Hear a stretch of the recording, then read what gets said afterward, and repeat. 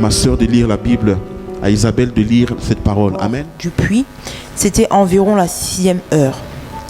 Une femme de Samarie vint puiser de l'eau. Jésus lui dit, « Donne-moi à boire. » Car ses disciples étaient allés à la ville pour acheter des vivres.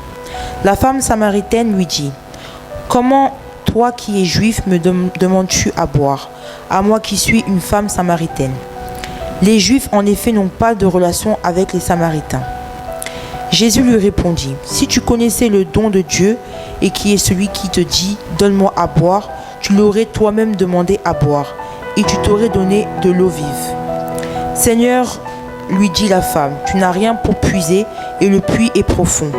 D'où aurais-tu donc cette eau vive?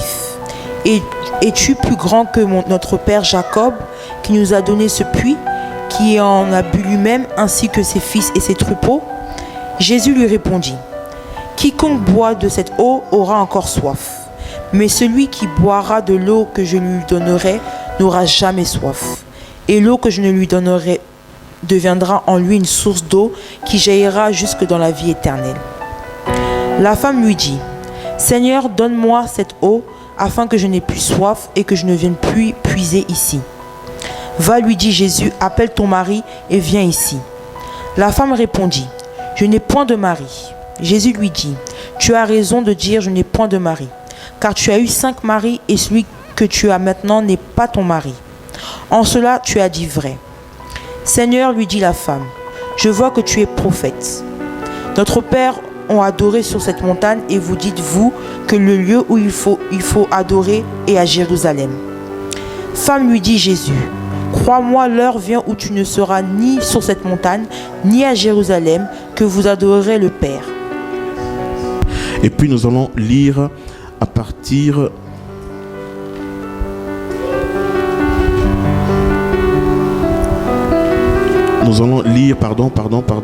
à partir du disons le verset 39. Plusieurs Samaritains de cette ville crurent en Jésus à cause de cette déclaration formelle de la femme. Il m'a dit tout ce que j'ai fait. Aussi, quand les Samaritains vinrent le trouver, il le pria de rester auprès d'eux. Il y resta là 2 jours. Un beaucoup plus grand nombre crut à cause de sa parole. Il disait à la femme, « Ce n'est plus à cause de ce que tu as dit que nous croyons, car nous l'avons entendu nous-mêmes, et nous savons qu'il est vraiment le Christ, le Sauveur du monde. » Amen. Amen. Mes frères, c'est une grande histoire. C'est l'histoire de la femme samaritaine. Et vous savez que c'est la femme que Jésus a rencontrée au puits. Cette femme était venue pour puiser de l'eau. Amen. Et on voit par la suite, comment sa vie a changé, comment sa vie a été transformée. Amen. Mes sœurs, mes frères, ma prédication aujourd'hui, c'est la place, la femme dans le royaume des dieux. La femme dans le royaume des dieux. Lorsque nous voyons la Bible à partir de Genèse jusqu'à Apocalypse, nous voyons que la femme a joué et joue un grand rôle. Amen. Nous voyons une place d'honneur que Dieu donne à la femme. Les gens ont souvent l'habitude de sous-estimer la femme. Les gens, par leur tradition, par leur culture, sous-estiment des fois toujours les femmes. Pas toujours, mais il y a des traditions qui sous-estiment les femmes. Mais je veux dire que Dieu n'a jamais humilié ou sous-estimé la femme. Dieu a toujours donné une place d'honneur à la femme dans le royaume des dieux. Amen. Et la Bible dit que Dieu a créé l'homme, c'est-à-dire Adam. Et après avoir créé l'homme, Dieu a créé la femme de la côte d'Adam. Et Dieu l'a donné le nom, donc Adam l'a donné le nom de Ève. Et que veut dire Ève? Ève, c'est-à-dire que c'est celle qui donne la vie. Amen. Ève, c'est celle qui donne la vie. Donc c'est pour dire que la femme est celle qui donne la vie. La femme est la personne qui apporte la vie. Donc vous êtes des porteuses de vie. Vous êtes de ceux qui apportent la vie. Vous êtes de ceux qui marchent, qui donnent la vie. Pourquoi? Parce que quand il n'y a pas de vie, mes frères, il n'y a pas de joie, il n'y a rien. Donc lorsque vous êtes là, mes sœurs, il y a la vie. Amen. C'est pour ça que je dis que vous êtes la bienvenue. Vous êtes toujours la bienvenue. Peu importe votre passé, peu importe qui vous êtes aujourd'hui, vous êtes une porteuse de vie. Amen. Est-ce que vous pouvez le dire? Est-ce que vous pouvez le dire, le déclarer, que je suis une porteuse de vie? Je suis une porteuse de vie. Même les enfants ne naissent pas comme ça, dans la rue, comme ça, là. Les enfants naissent parce que vous les avez portés pendant 9 mois. Amen. Pendant 9 mois, vous leur avez donné la vie. Pendant 9 mois, cet enfant s'est formé dans le ventre, dans le sein de la maman. Et puis par la suite, après les 9 mois, cet enfant qu'on n'avait pas vu auparavant est apparu dans le monde. C'est parce que c'est une maman, c'est une femme qui l'a porté. Amen. Je veux dire une chose. Vous êtes honorés dans la maison du Seigneur et dans le royaume des dieux. Amen. Mes sœurs, vous êtes honorées. J'aimerais aujourd'hui vous honorer. Non pas seulement parce que c'est la fête des femmes, mais j'aimerais vous honorer parce que vous êtes une créature des dieux. Parce qu'en vous vit le roi des rois, le seigneur des seigneurs. Amen. Vous êtes honorés. Et ne permettez pas que quelqu'un puisse vous humilier. Ne permettez pas que les gens puissent humilier la grandeur que vous avez, la sémence de la grandeur que vous avez en vous. Amen. Ne permettez pas que les gens puissent humilier la dignité que vous avez comme femme. Vous êtes avec moi? Ne permettez pas que les gens puissent abuser de vous. Gardez cette dignité de femme. Gardez cet honneur et cette grandeur. Amen. Le royaume de Dieu a besoin de vous. Pour un avancement de succès, pour un avancement de gloire, le royaume de Dieu a besoin de vous, de votre don. Amen. Le royaume de Dieu a besoin de vous. Donc à chaque fois que vous allez, même en rentrant aujourd'hui à la maison, dites-vous que non, le royaume de Dieu a besoin de moi. Je suis utile dans le royaume de Dieu. J'apporte la vie dans le royaume de Dieu. Amen. J'apporte quelque chose dans le royaume de Dieu. J'apporte quelque chose dans le royaume de Dieu. Amen. La place de la femme dans le royaume de Dieu. Ça, c'est ma prédication aujourd'hui. Bien sûr, quand je parle de ça, mes frères, ce n'est pas que je sous-estime les hommes. Non, non, non. J'aimerais que chacun, à travers cette prédication, voit sa place dans le royaume de Dieu. Je ne dis pas que la femme est supérieure aux hommes dans le royaume de Dieu. Non, nous avons tous une même fonction. Amen. Nous sommes tous égaux dans le royaume de Dieu. Il n'y a pas que les hommes qui sont meilleurs et les femmes ne sont pas meilleures. Non. Nous sommes tous égaux dans le royaume de Dieu. Nous avons une fonction. Notre fonction, c'est de servir notre Seigneur Jésus-Christ. Amen. Nous voyons l'histoire de la femme samaritaine ici.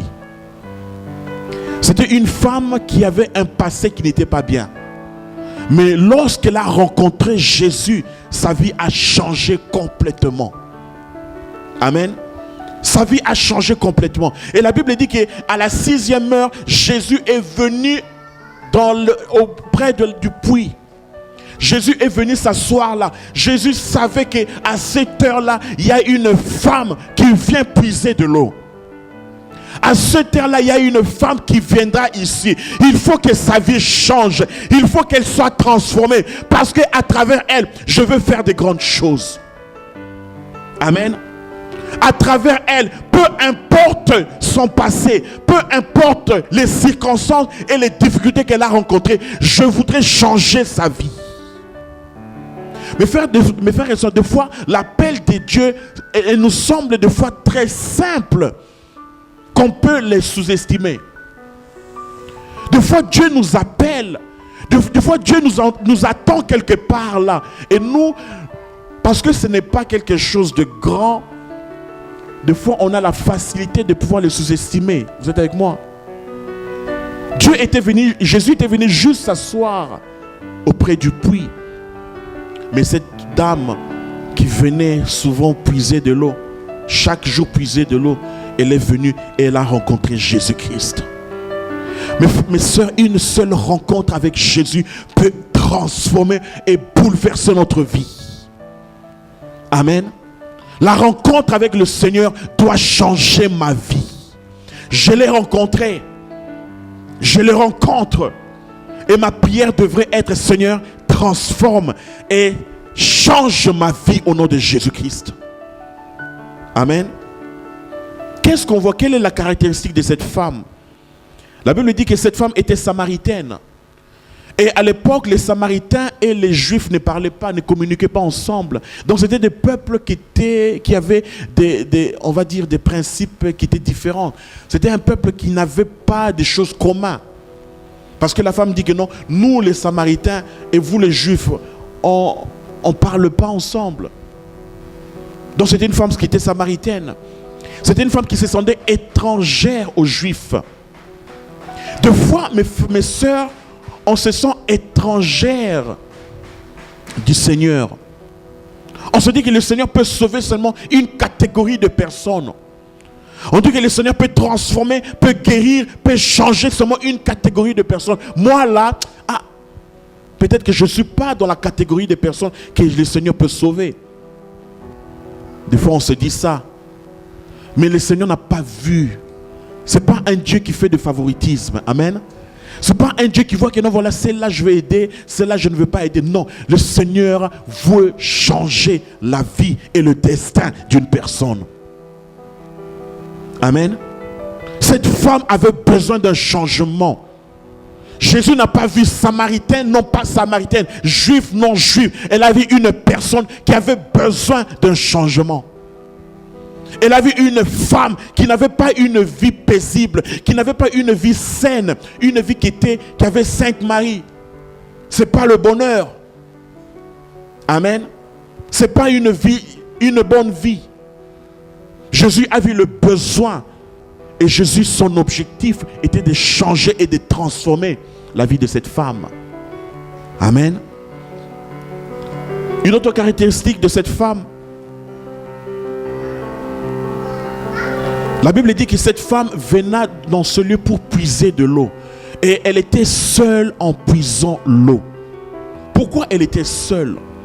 Quand on voit à l'époque, dans l'histoire du peuple israélite, comme il fait chaud pendant la journée, les gens allaient puiser de l'eau soit le matin, soit dans la soirée.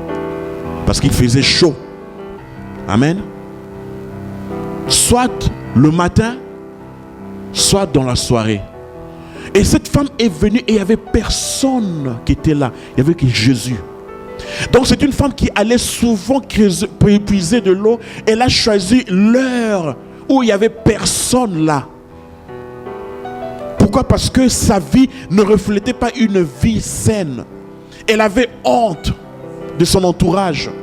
Une personne qui a 5 maris, une personne qui vit avec le 6e mari, mais frère, ce n'est pas une femme qui était heureuse. Donc c'était forcément les maris des autres femmes de la ville avec qui elle sortait. Vous êtes avec moi? C'est pour ça qu'elle a choisi une heure là où il n'y avait personne dans le puits pour venir puiser de l'eau. Pourquoi? Parce que si elle venait pendant que tout le monde venait puiser de l'eau, elle allait rencontrer ses rivales. Elle allait rencontrer des femmes qui allaient peut-être crier sur elle. Pourquoi? Parce qu'elle a pris leur mari. Amen. Mais elle a choisi un temps là où il n'y avait personne. Et Jésus, en ce moment-là, est venu à cet endroit pour rencontrer cette femme. Amen. Mes sœurs, Jésus nous attend quelque part. Jésus t'attend quelque part. Toi, tu crois fuir les gens. Toi, tu crois te dérober, tu crois te cacher de la face du monde. Mais Jésus t'attend quelque part là. Amen. Sachant que Jésus est quelque part t'attend parce qu'il veut changer ta destinée, il veut changer ta vie, il veut t'élever, il veut te donner un espoir, de l'espérance pour commencer une nouvelle vie. Amen. Parce que la Bible dit que les choses anciennes sont passées et toute chose devient nouvelle car tu es une nouvelle créature en Christ. Amen. Je suis une nouvelle créature en Christ et toutes choses deviennent anciennes. Amen. Qu'on le veuille ou pas, ce n'est pas la volonté du gouvernement, ce n'est pas la volonté d'un homme, mais c'est la volonté de Dieu pour que je puisse rencontrer Jésus-Christ. Amen. Que les gens le veuillent ou pas, je rencontre le Seigneur et ma vie va changer. L'objectif de Jésus était de changer une vie. Pourquoi? Parce qu'il savait qu'à travers le changement d'une vie, c'est une nation qui va le connaître. C'est une nation qui sera sauvée. C'est une nation que cette femme devrait influencer. Amen. C'est une nation qui devrait commencer une nouvelle vie parce qu'ils ont rencontré Jésus-Christ. Vous êtes avec moi? Dans une autre caractéristique, c'est que cette femme n'avait pas une vie saine. Quand je parle de vie saine, ça dit qu'elle n'avait pas un mari avec qui elle vivait constamment. Lorsque Jésus l'a demandé, elle a posé la question de savoir, appelle-moi ton mari. Cette femme, qu'est-ce qu'elle a dit? Elle dit, je n'ai pas de mari. Elle avait 5 et elle vivait avec le 6e. Donc c'était une vie qui n'était pas bonne. C'est une femme qui cherchait le bonheur dans le mari. Celui-là, il va me rendre heureux. Celui-là va me rendre heureuse. Celui-là va me rendre heureuse. Celui-là, il va m'acheter une maison. Celui-là va me donner le matériel. Donc, elle cherchait le bonheur dans les hommes, mais elle n'a pas trouvé de bonheur. Pourquoi? Parce que quand une femme change de mari comme ça, c'est qu'il y a quelque chose qui ne marche pas. Amen. Et la Bible ne dit pas qu'elle était veuve, non. C'est-à-dire qu'il y avait des gens, des maris peut-être qui venaient abuser d'elle et puis l'abandonner. Et elle s'est laissée faire parce qu'elle cherchait un bonheur chez eux. Donc c'est une des caractéristiques de cette femme. Donc elle croyait trouver du bonheur dans les hommes. Mes frères, mes sœurs, je me dis qu'il y a un bonheur que nous devons chercher. Le bonheur est en Christ, Jésus-Christ. Amen. En Christ, Jésus-Christ. Jésus a rencontré cette femme parce qu'il a voulu changer la vie premièrement de cette femme et ensuite la vie d'une nation. Mes sœurs, à travers vous, il faut le savoir, à travers moi, Dieu veut changer une génération. Amen. Dieu veut changer une génération. Mais le changement commencera par moi. Vous êtes avec moi? Amen. Dieu veut transformer des vies. Dieu veut guérir des gens. Dieu veut guérir ma nation française.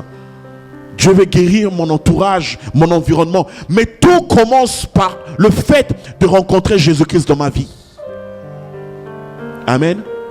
Mais ça, j'aimerais énumérer 3 principes qui vont nous aider. Amen. À pouvoir avancer. 3 principes à travers cette histoire. 3 principes très importants que nous devons appliquer dans notre vie. Que veut dire un principe? Principe, ce sont des lois. Ce sont des choses, ce sont des conseils. Ce sont des choses que nous devons appliquer dans notre vie. Et en les appliquant dans notre vie, mes frères, il y a quelque chose qui doit changer. Il y a quelque chose qui doit se déclencher. Amen. Et il y a des fruits qui devraient paraître dans notre vie. Je vais énumérer 3 principes très importants. Le premier principe, c'est selon l'histoire que nous avons vue aujourd'hui. Amen. Le premier, mes frères, mes sœurs, ne me permettez jamais que votre passé contrôle votre avenir. Amen. Ne permettons jamais que mon passé puisse contrôler ma vie présente. Isabelle, tu es avec moi? Et ma vie de l'avenir, mon avenir. C'est le premier principe. Cette femme, ce que nous voyons en elle, elle avait un passé qui n'était pas sain. Cette femme avait un passé qui n'était pas bon. Cette femme avait un passé qui était désagréable. Chacun de nous a un passé. Amen. Des fois, lorsqu'on pense à notre pensée, on se pose la question de dire, mais comment est-ce que je pouvais vivre comme ça? Amen. Et si on ne fait pas attention, mes frères et sœurs, ces passés risquent de contrôler aujourd'hui mon présent et de contrôler même mon avenir. Ça ne doit pas contrôler mon présent et mon avenir. Les choses anciennes sont passées. J'aimerais commencer une vie avec le Seigneur, une nouvelle page avec le Seigneur. Et je ne permettrai pas aux choses passées qu'ils viennent pour influencer négativement mon avenir. Amen. La Bible dit dans Proverbe le chapitre 31, le verset 25. Elle est revêtue de gloire et elle se rit de l'avenir. La Bible parle de la femme, elle se rit de l'avenir. Ça dit qu'elle regarde l'avenir avec espérance. Elle regarde l'avenir avec des yeux d'espérance. Elle veut que l'avenir puisse réussir au nom de Jésus-Christ. Amen. Elle veut que son avenir puisse réussir. Elle veut que son avenir puisse avancer. Donc c'est pour cela, mes sœurs, que le passé n'influence pas à notre avenir. Les choses anciennes sont passées. Si mes parents étaient des pauvres, ça ne veut pas dire forcément moi je dois être pauvre. Vous êtes avec moi? Si mes parents n'ont pas réussi, ça ne veut pas dire que moi aussi je ne dois pas réussir. S'ils n'ont pas réussi, parce qu'il y a des choses qu'ils ne connaissent pas, qu'ils n'ont pas connues, moi je réussirai dans ma vie au nom de Jésus-Christ. Amen. S'il y a des choses qui n'ont pas fonctionné hier, ça ne veut pas dire que tous les jours, les choses ne vont pas fonctionner. Amen. S'il y a des choses que je n'ai pas pu gérer hier, aujourd'hui je change, ma vie se transforme et je vais de gloire en gloire, de victoire en victoire. Amen. Donc le passé ne contrôle pas ma vie. Philippiens le chapitre 3. Mes sœurs, que le passé ne contrôle pas notre vie. Amen. Philippiens le chapitre 3. À partir du verset 13. La Bible dit, frères, je ne pense pas l'avoir saisi, mais je fais une chose, oublions ce qui est en arrière et me portant vers ce qui est en avant. Je cours vers le but pour remporter le prix de la vocation céleste de Dieu en Jésus-Christ. La Bible dit que oublions le passé. Ça dit que je ne regarde pas au passé. Oublions le passé, j'avance. Oublions le passé, j'avance. Amen. Oublions le passé. Ne regardez pas au passé. Si vous allez regarder le passé, mes sœurs, mes frères, vous allez remarquer qu'il y a beaucoup de choses qui sont désagréables, qui ne sont pas bien, même à penser. Quel devrait être mon passé? Mon passé doit être... Ça devrait me donner de l'expérience pour mieux vivre dans l'avenir. Amen. Mon passé doit me donner de l'expérience pour mieux maîtriser l'avenir. Ça dit que tous les erreurs que j'ai fait dans le passé, toutes les fautes que j'ai commises dans le passé, doivent me servir de référence pour mieux vivre dans l'avenir. Amen. Mais que ce passé ne doit jamais contrôler ma vie. Le passé ne doit jamais contrôler ma vie. Même Jésus, quand il a vu cette femme, il a dit oui, elle a un mauvais passé, mais son avenir est glorieux. Amen. Mon avenir est glorieux. Mes frères et sœurs, lorsque nous voyons notre vie de cette manière, j'ai de l'espérance à vivre. J'ai envie de vivre, car je sais que mon avenir est entre les mains du Seigneur et j'avance de gloire en gloire, de victoire en victoire. Amen. Ça, c'est le premier principe que nous avons vu. Le passé, mes frères et sœurs, a toujours des informations négatives. Voilà, j'étais dans le péché. Voilà, les choses n'ont pas marché. Voilà, j'étais là-bas. Voilà, j'étais là-bas. Et le diable continuera à te contrôler avec ton passé. Voilà, il y a des sorciers dans ta famille. Voilà, il y a des choses comme ça. Non, ce sont les choses passées. Aujourd'hui, je vois le monde d'un autre angle, de notre œil. Aujourd'hui, ma façon de voir les choses a changé. Aujourd'hui, ma façon de voir même ma famille a changé. Car je crois en Christ.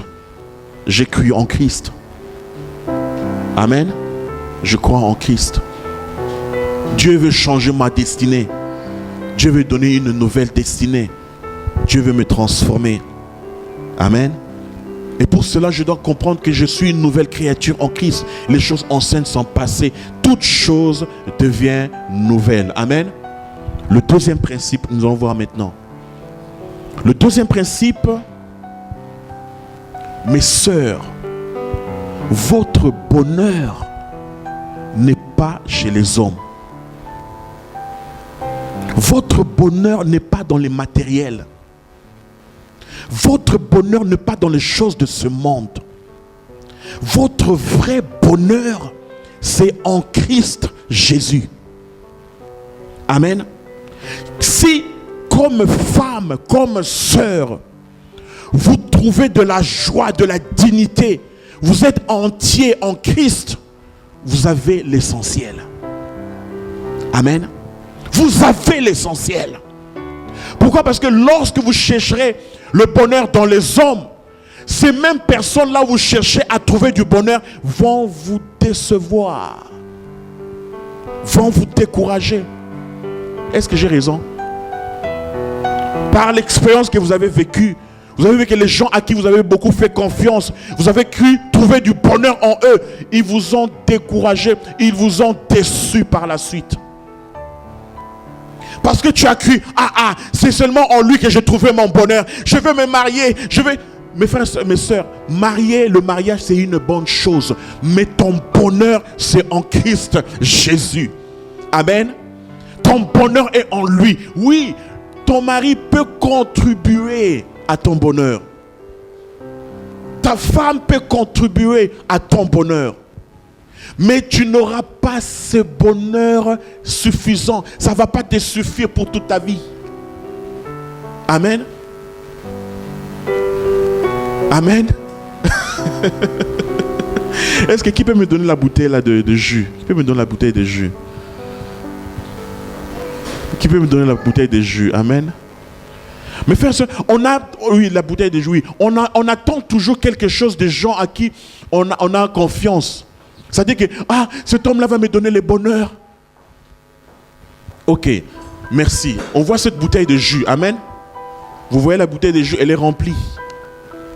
Elle est remplie de jus. Et le jus qui est à l'intérieur, peut-être que c'est l'amour que j'ai besoin. C'est l'amour que j'ai besoin, amen.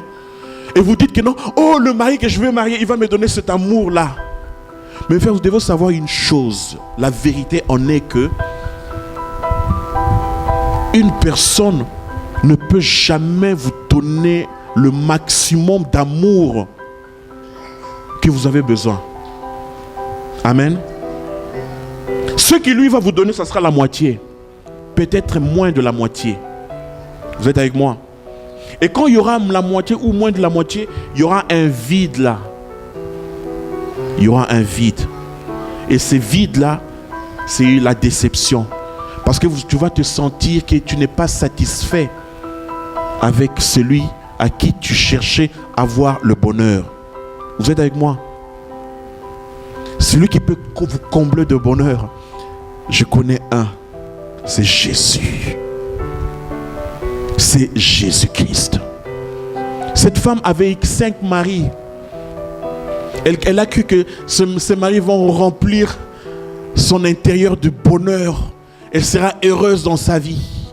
Mais ces maris n'ont pas pu remplir son cœur du bonheur. Ce bonheur arrivait seulement à un niveau. Peut-être que c'était des abus physiques, sexuels. Peut-être que ses maris abusaient d'elle. C'est pour cela qu'elle a abandonné le premier. Le deuxième est venu. Peut-être que lui, ça va marcher. Abandon. Le troisième. Avec lui, peut-être ça va marcher. Abandon. Le quatrième. En tout cas, je commence une nouvelle vie. Alléluia. Abandon. Le cinquième. Abandon. Elle vivait avec le sixième. Parce qu'elle croyait que son bonheur était dans les hommes. Mais lorsqu'elle a rencontré Jésus, sa vie a changé. Amen. Le deuxième principe, votre bonheur n'est pas dans les hommes, dans les choses matérielles. Dans cet homme-là qui va te dire, je vais t'acheter une maison, je vais te donner les papiers, je vais te faire ceci. Non! Mon bonheur est en Christ. Amen. Avant de marier mon épouse, je disais, Seigneur, je veux pas, j'ai pas envie de l'aimer plus que toi. Oui, je l'aime, mais toi, tu dois être le premier dans ma vie, non pas une personne. Amen. Et cela doit être nos principes à nous. Nous ne devons pas aimer les gens plus que Dieu. Amen. C'est Dieu que nous devons aimer le plus. L'homme va toujours te décourager. L'homme va toujours te décevoir. Mais Dieu ne le fera jamais. Amen. Il y a un verset qui dit dans Psaume 139. Isabelle, tu es avec moi? Psaume 139. On va lire à partir du verset 13. Isabelle va nous lire à partir du verset 13. Psaume 139, le verset 13. C'est toi qui as formé mes reins, qui m'as tissé dans le sein de ma mère. Je te loue de ce que je suis une créature si merveilleuse. Tes œuvres sont admirables et mon âme le reconnaît bien. Amen. Et tu peux continuer. Mon corps n'était point caché devant toi lorsque j'ai été fait dans un lieu secret, tissé dans les profondeurs de la terre. Quand je n'étais qu'une masse informe, tes yeux me voyaient. Et sur ton livre étaient tout inscrits, les jours qui m'étaient destinés, avant qu'aucun d'eux existât. Amen.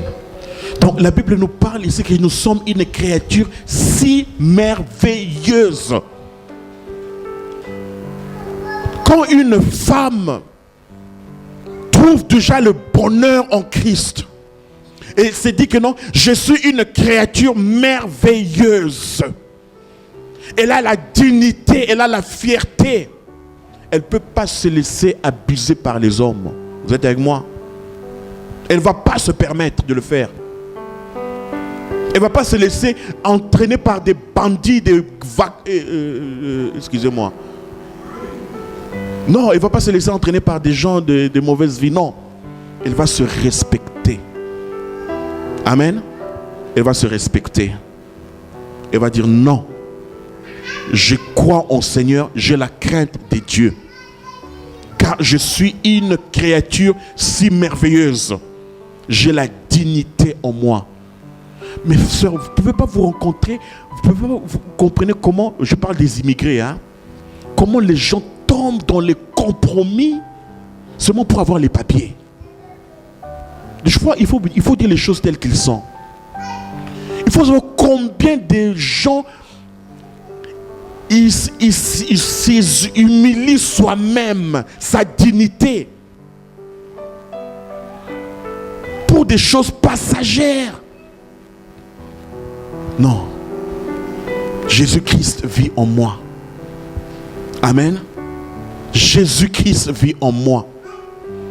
Ne tombons pas dans le compromis. Non, non, non, non, non. Gardons notre dignité, notre fierté. Amen. Ne fût-ce que parce que Jésus est en moi, je dois le respecter. Hein? Il est là, je dois le respecter. Il est là, je dois le respecter. Amen. Je dois le respecter. Mon bonheur est en Christ. Mon bonheur est en Christ. C'est Jésus qui me donnera le bonheur. C'est en lui que j'ai confiance. Amen. Les choses ne marchent pas aujourd'hui. Je n'irai pas en compromis avec ma conscience. Je garde. Amen. Vous êtes seul. Je garde ma conscience clean. Amen. Car Jésus-Christ vit en moi. Amen. Parce que je suis une créature si merveilleuse. Donc mon bonheur est en Christ. C'est pour ça que Jésus a voulu rencontrer cette femme-là pour la dire, maman, maman, Ce n'est pas ces hommes-là qui vont te donner le bonheur. C'est moi. Moi, je vais te donner une eau. L'eau que moi, je vais te donner là, ça va changer et transformer ta vie. J'ai une eau que si je te donne, tu n'auras plus soif. Amen. Ces gens qui t'ont menti hier, aujourd'hui, qui te mentent. Ces gens-là, il faut même pas t'adresser à eux. Il y a moi, je suis là. Moi, je vais changer et transformer ta vie. Amen. Il a fallu que Jésus vienne sur le chemin de cette femme pour que sa vie change. Amen. Nous avançons de gloire en gloire, de victoire en victoire. Amen. Philippiens 3, le verset 5. Je vais lire, hein. À partir du verset 5. La Bible dit: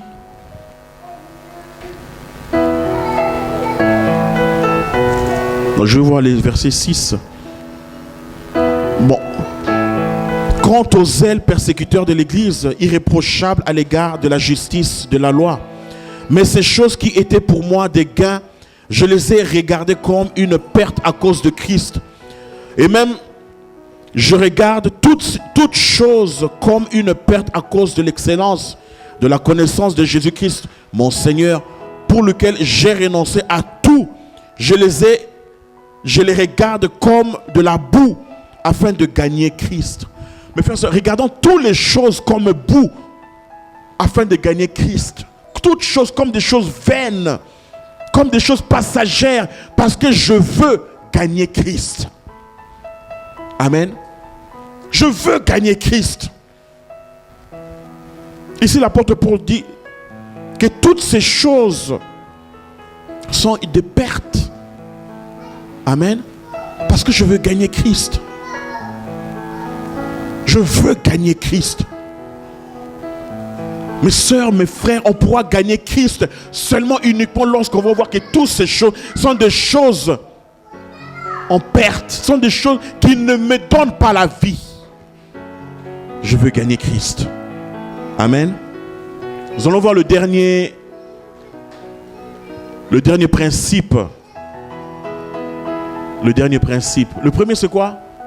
Qui peut me rappeler? Ok, ne permettez pas que le passé vous contrôle, votre présent et votre avenir. Et le deuxième, vos bonheurs n'est pas dans les hommes. Non, non, non. Quand tu trouves le bonheur, quand tu cherches, oh mon bonheur c'est là-bas, mon bonheur est là-bas, ces personnes-là qui là, ok. Pourquoi? Parce que quand tu crois que lui, c'est lui qui va donner ton bonheur, directement cette personne devient un idole dans ta vie. Comme un petit Dieu dans ta vie. Et c'est cette personne-là qui va plus te décourager, te décevoir. Amen. Le troisième, tu es une messagère du royaume de Dieu. Je suis un messager. Je suis une messagère. La Bible dit que cette femme a laissé sa cruche. Elle a laissé tout ce qu'elle était venue prendre, l'eau, pour aller raconter aux Samaritains. Voilà, j'ai rencontré un homme qui m'a dit ma vie, qui m'a parlé de ma vie. Il est un prophète. Elle est allée raconter. Elle est allée quoi? Raconter. Mes frères et sœurs, un messager, c'est celui qui raconte, qui apporte quelque chose, qui véhicule quelque chose. Amen. Un messager, c'est celui qui apporte quelque chose. Lorsqu'il vient dans une maison, il apporte une nouvelle. Lorsqu'il vient rencontrer quelqu'un, il apporte une nouvelle. Lorsqu'il vient rencontrer ses frères et ses soeurs, il apporte une nouvelle. Mais la question en est, quelle est la nouvelle que nous apportons à notre entourage, à notre environnement, à notre pays? Quelle est cette nouvelle? Elle est bonne ou bien c'est une mauvaise nouvelle? Amen. Vous êtes des messagers de la bonne nouvelle. Amen. Un messager de la bonne nouvelle, ce n'est pas celui qui calomnie les gens. Ce n'est pas celui qui critique les gens. Ce n'est pas celui qui est là toujours pour calomnier, dans la médisance. Non, c'est une personne qui apporte une bonne nouvelle. Là où il y a la médisance, il apporte la vie. Là où il y a la destruction, il apporte la vie. Là où il y a les choses qui ne marchent pas, il apporte l'encouragement. Il parle de la part du Seigneur, car il apporte une bonne nouvelle. Amen. Vous êtes des femmes, non pas pour apporter des critiques, des calomnies. Nous sommes là, vous êtes là pour apporter la bonne nouvelle. La bonne nouvelle du royaume. Cette femme, la Bible dit que plusieurs ont cru en Jésus-Christ. Plusieurs ont cru en Christ par la parole de cette femme. À travers vos actions, à travers ce que vous faites, à travers tout ce que vous êtes en train de faire, les gens doivent croire en Christ. Amen. Les gens doivent croire que Jésus-Christ est vivant.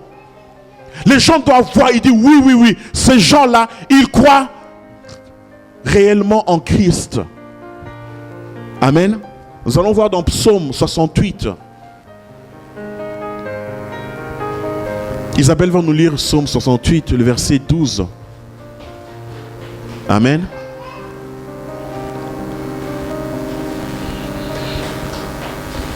Le psaume 68. Nous allons voir le psaume 68.